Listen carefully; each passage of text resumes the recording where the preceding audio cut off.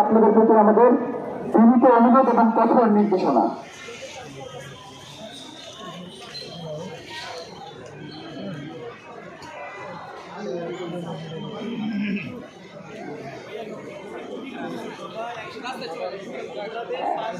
Gate clear করবেন, এই গেটটা ক্লিয়ার করবেন এবং শান্ত শৃঙ্খল ভাবে কোনো ধরনের হুড়োহুড়ি পাশের স্থিতি দেওয়ার দরকার নাই।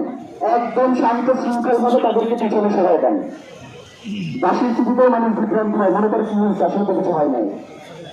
সুতরাং কোনোভাবেই